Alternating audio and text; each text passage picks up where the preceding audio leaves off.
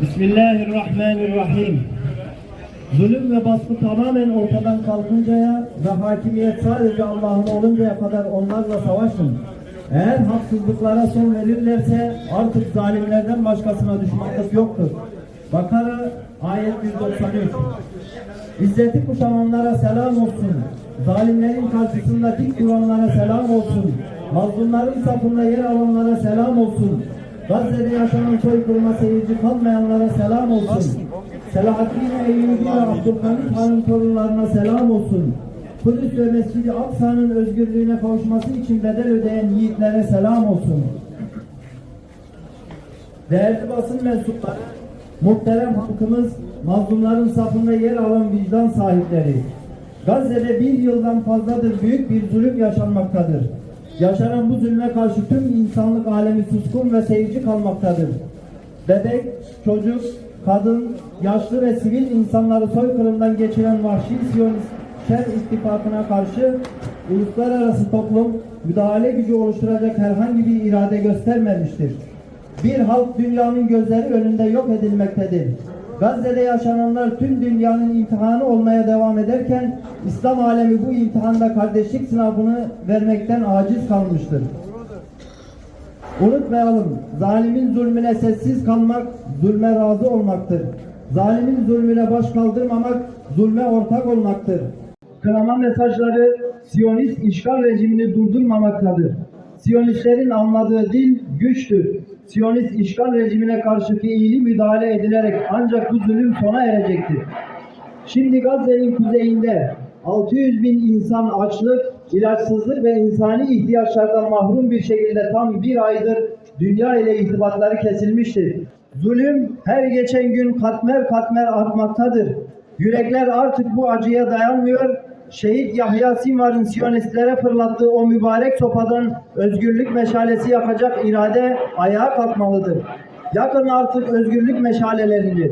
Yürüyün çocuk katili Siyonist korkakların üzerine. Kadınların, annelerin ahı yerde kalmasın. Bebeklerin, çocukların gözyaşları ve haykırışları artık olmasın. Artık zulüm sona ersin. Bunun için ne bedel ödenmesi gerekiyorsa ödensin artık. Bedel ödenmezse uzaktan seyrettiğimiz bu zulümler yarın bizleri de bulacak, evlerimize kadar işgali dayatacaklar. Şimdiden buna müdahale edilmelidir. İslam aleminin sessizliğinden, dağınıklığından ve ihtilaflarından faydalanan Siyonist rejim Filistin'de 100 yılı aşkındır.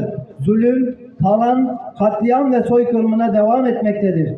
Gazze'yi yerle bir eden Siyonist rejim bir yılı aşkın bir sürede 45 binden fazla masum kardeşimizi vahşice katletti.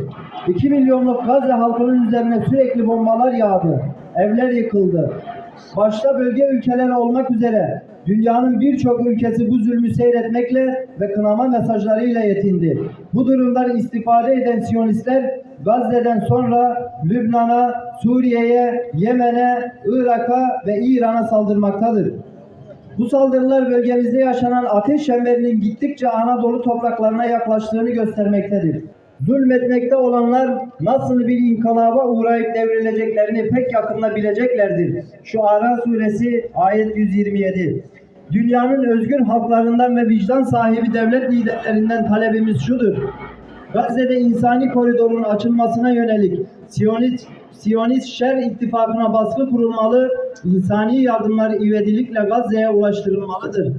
Siyonistlerin yayılmacı ve işgalci politikalarına karşı bölgesel ittifaklar yapılmalıdır. Türkiye başta olmak üzere diğer bölge ülkeleri Siyonistlerin soykırımını durdurmak için fiili adımlar atmalıdır. Direnişe askeri, lojistik, teknolojik destek verilmelidir. Hamas'ın Gazze'de kalıcı ateşkesin sağlanması yönündeki şartlarına destek verilmelidir.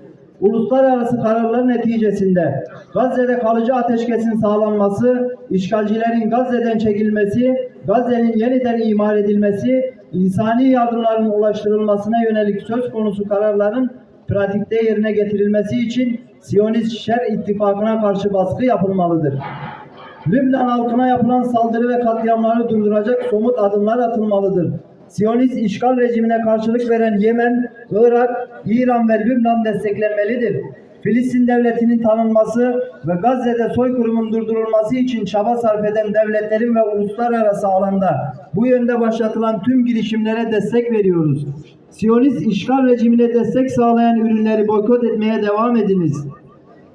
Üçüncü ülkeler üzerinden Siyonist işgal rejimine petrol sevkiyatı başta olmak üzere ticaretin her türlüsünden vazgeçiniz. Meclise sunulmuş olup uzun süredir bekletilen Gazze'de soykırım suçunu işleyen Türkiye vatandaşı Siyonistlere yönelik çifte vatandaşlık yasası kanunu ivedilikle yasallaşmalıdır. Siyonist işgal rejimi denize dökülüp haritadan silinene kadar azim ve kararlılıkla Kudüs davasını savunmaya devam edeceğiz. Gazze'nin kahraman halkına, izzeti kuşanan liderlerine ve direnişin yiğit kahramanlarına selam olsun. Siyonist işgale direnen mücahitlere selam olsun. Allah'ın selamı, rahmeti ve bereketi üzerinize olsun. Esselamu Aleyküm ve Rahmetullahi ve Berekatuhu. Şeyh Ahmet Yasin'e selam olsun. Abdülaziz Erantisi'ye selam olsun. İsmail Hadiye'ye selam olsun. Yahya Silvan'a selam